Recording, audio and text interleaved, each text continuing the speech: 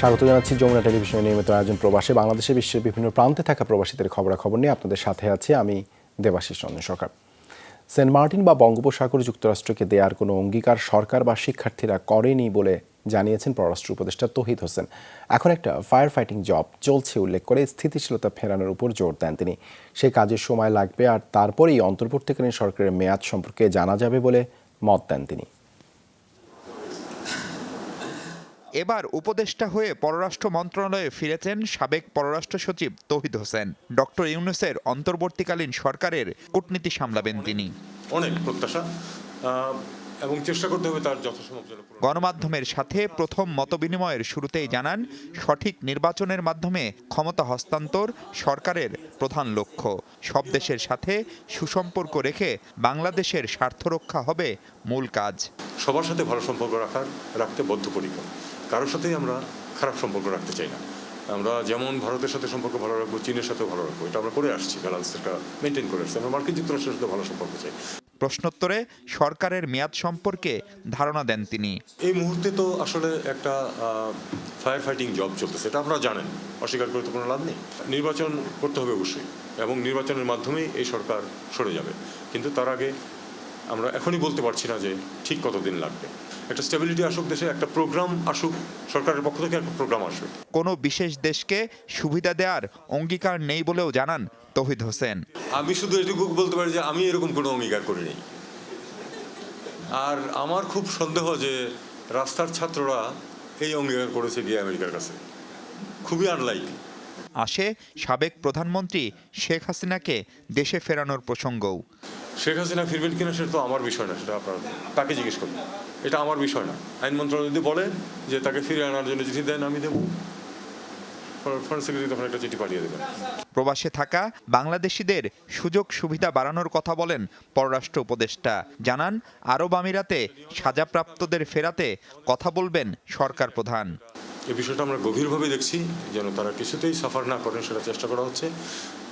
আমি আশা করছি যে আজকে কালকের মধ্যেই চিফ অ্যাডভাইজার সাহেব সম্মতি দিয়েছেন যে উনি নিজে কথা বলবেন তাদের ঊর্ধ্বতন কর্তৃপক্ষের সাথে, যাতে করে তারা এই সহায়তাটা পেতে পারেন। সংখ্যালঘু সম্প্রদায়ের উপর হামলার ঘটনার বিচার হবে বলে আশ্বস্ত করেন তিনি। চিফ অ্যাডভাইজার সাহেব সংখ্যালঘু সংগঠন যেগুলি আছে সেগুলির সাথে তিনি বসবেন। শিক্ষার্থীদের আন্দোলনে নিহতের সংখ্যা নির্ভুলভাবে করার চেষ্টা চলছে বলেও জানিয়েছেন তৌহিদ হোসেন। সংখ্যাটা আমরা এখনো জানি না। 450-500 বোধহয় একটা লিস্ট, 450 আশেপাশে একটা লিস্ট অলরেডি আছে। মাহফুজ মিশু, যমুনা নিউজ, ঢাকা। বাংলাদেশের সংখ্যালঘুদের উপর নির্যাতনের প্রতিবাদে বার্মিংহামে বিক্ষোভ ও প্রতিবাদ সমাবেশ করেছে প্রবাসী বাংলাদেশিরা। শনিবার বেঙ্গলি হিন্দু আদর্শ সংঘ, ইউকে ও বাংলাদেশ হিন্দু অ্যাসোসিয়েশনের যৌথ উদ্যোগে আয়োজিত হয় সমাবেশটি, যাতে যোগ দেয় বার্মিংহামে বসবাসরত বিপুল সংখ্যক প্রবাসী। এতে সংখ্যালঘুদের উপর নির্যাতন ও হয়রানি বন্ধের আহ্বান জানানো হয়। পাশাপাশি মন্দির গির্জায় হামলা ও ভাঙচুরের নিন্দা জানান বিক্ষোভকারীরা। সভায় বক্তব্য রাখেন যুক্তরাজ্যের বেঙ্গলি হিন্দু আদর্শ সংঘের চেয়ারম্যান ও বাংলাদেশ হিন্দু অ্যাসোসিয়েশনের যুগ্ম সম্পাদক অলোক চন্দ, খ্রিস্টান কমিউনিটির মুক্তি সরকার, বার্মিংহামের নবারুণ সংঘের চেয়ারম্যান রূপম দেব সহ অন্যান্যরা। এই যে আজকে বাংলাদেশের যে বিভিন্ন সম্প্রদায়ের মধ্যে একটা সাম্প্রদায়িক সম্প্রীতির অভাব দেখা যাচ্ছে, আমরা মনে করি বাংলাদেশের সরকার সেই জায়গাতে নিরলসভাবে শক্তিশালী ভূমিকা নিয়ে কাজ শুরু করুক। আমাদের যাতে সুরক্ষা হোক, আমরা শান্তিতে ঘুমাতে পারি, আমরা যাতে চিন্তা করতে না হয় যে রাস্তায় বের হলে কেউ আমাদের আঘাত করবে। আমাদের মেয়েরা যখন রাস্তায় বের হয় তারা নির্বিচারে যাতে ঘোরাফেরা করতে পারে। আমরা বাংলাদেশে থাকতে চাই, এছাড়া আর কোনো কথা নেই। অধিকার নিয়ে, সম্মান নিয়ে। বৈষম্য বিরোধী ছাত্র আন্দোলনে নিহতদের আত্মার মাগফিরাত এবং আহতদের দ্রুত আরোগ্য কামনায় দোয়া মাহফিল আয়োজিত হয়েছে জাপানে। দেশটির সাইতামা প্রিফেকচারে বায়তুল আমান জামে মসজিদে আয়োজন করা হয় মাহফিলটির। প্রবাসী ব্যবসায়ী তুহিন আহমেদের উদ্যোগে দেওয়া মাহফিলে অংশ নেন জাপান প্রবাসীরা। এছাড়াও অংশগ্রহণ করেন বিভিন্ন দেশের প্রায় 8 শতাধিক মুসল্লি। এ সময় নিহতদের জন্য বিশেষ দোয়া ও মোনাজাত করা হয়। দোয়া মাহফিল শেষে সকলের মধ্যে খাবার বিতরণ করা হয়। যারা দেশে এই ছাত্র আন্দোলনে শহীদ হয়েছে এদের জন্য দোয়ার অনুষ্ঠান করছি। সকল প্রবাসীর পক্ষ থেকে সকল শহীদদের আত্মার মাগফিরাত কামনা করছি এবং সারা জীবন তারা আমাদের স্মরণে থাকবে। শিগগিরই বাংলাদেশে গণতান্ত্রিক পরিবেশ ও শান্তি প্রতিষ্ঠা হবে। নবগঠিত অন্তর্বর্তী সরকারকে স্বাগত জানিয়ে এমন আশাবাদের কথা জানান সংযুক্ত আরব আমিরাতে প্রবাসী বাংলাদেশিরা। এ সময় তারা দেশের সংকটের সময় অন্তর্বর্তী সরকারের দায়িত্ব নেয়ায় আন্তর্জাতিক খ্যাতি সম্পন্ন অধ্যাপক ও শান্তিতে নোবেলজয়ী ডক্টর ইউনুসকে অভিনন্দন জানান। দুবাই থেকে সহকর্মী মেহেদি রুবেলের প্রতিবেদনে বিস্তারিত। বৈষম্য বিরোধী ছাত্র আন্দোলনের মুখে শেখ হাসিনা সরকারের পদত্যাগের পর ডক্টর ইউনূসকে প্রদান করে গঠিত হয় অন্তর্বর্তীকালীন সরকার, যাতে উচ্ছ্বাস প্রকাশ করে বিশ্বের বিভিন্ন দেশে বসবাসরত প্রবাসী বাংলাদেশিরা। নবগঠিত এই সরকারকে স্বাগত জানায় তারা।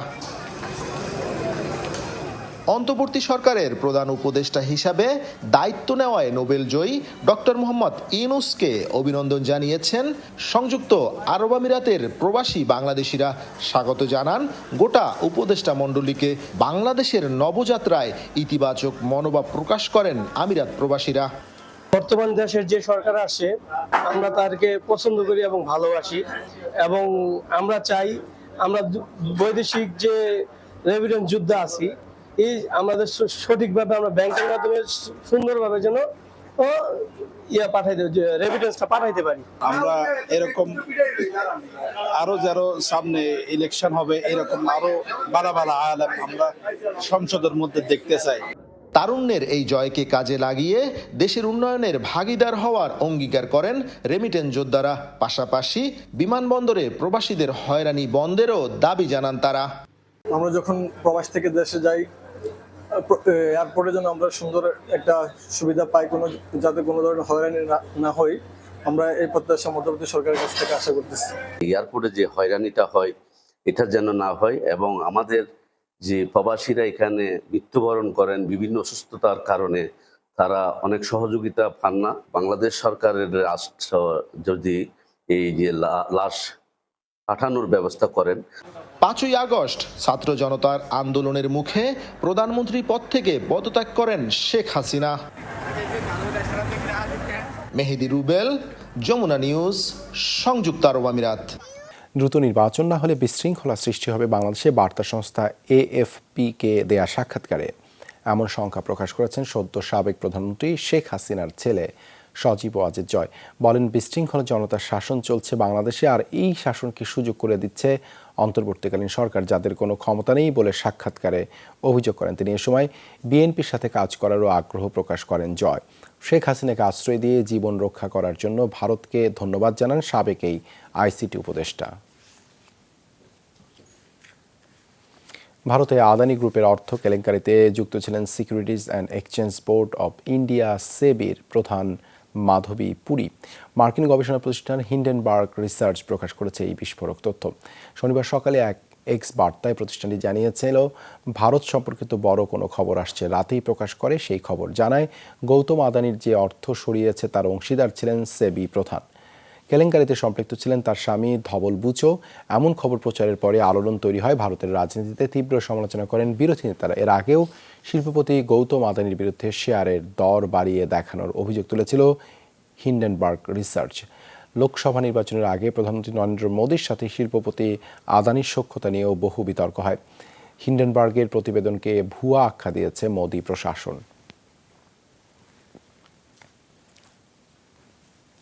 প্রতি বছরের মতো এবারও যুক্তরাষ্ট্রের নানা আয়োজনে শুরু হলো Muslim Ummah of north America Munnar সম্মেলন।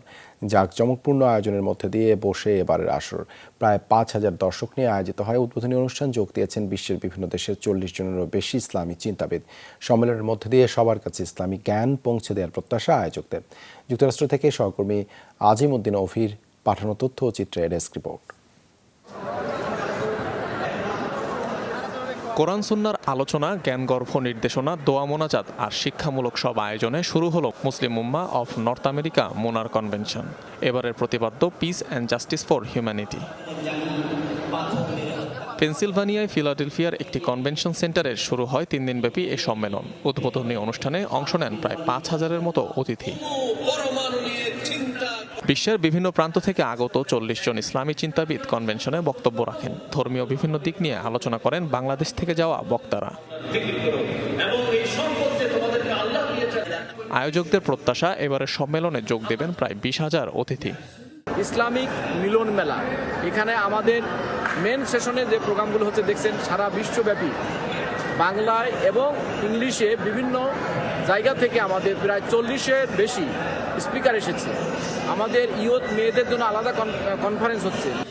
সবার কাছে ইসলামিক জ্ঞান পৌঁছে দিতে এমন আয়োজন দাবি আয়োজকদের।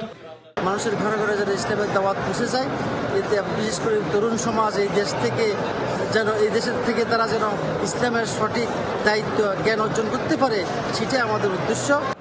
সম্মেলনে ইসলামী আলোচনা ছাড়াও শিশু কিশোরদের জন্য ছিল ভিন্ন ভিন্ন আয়োজন। রাখা হয় বিনোদন ও খেলাধুলার ব্যবস্থা। অনিক রহমান, যমুনা নিউজ। ওমানের রাজধানী মাস্কাটে আয়োজিত হলো প্রবাসীদের মিলন মেলা। নৈশভোজের এক আয়োজনে অংশ নেন দেশটিতে বসবাসরত নানা পেশার প্রবাসীরা, যার আয়োজক চট্টগ্রাম প্রবাসী আল আবরি আল আবারিয়া ট্রেডিং এর কর্ণধার মোহাম্মদ ইমরান।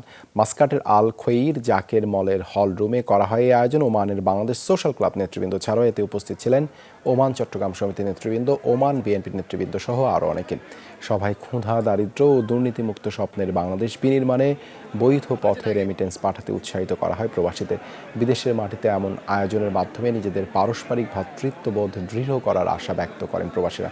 অনুষ্ঠানে সার্বিক তত্ত্বাবধানে ছিলেন ওমানের চট্টগ্রাম সমিতির সহসভাপতি লায়ন সৈয়দ জাহাঙ্গীর আলম।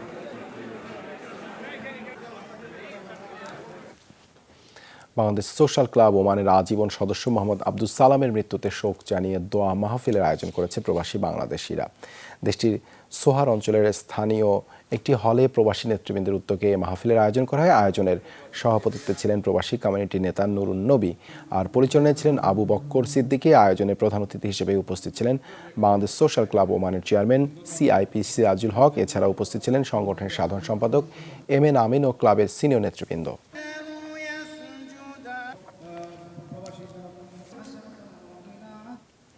এই ছিল প্রবাসী বাংলাদেশে এতক্ষণ সাথে থাকার জন্য ধন্যবাদ সবাইকে।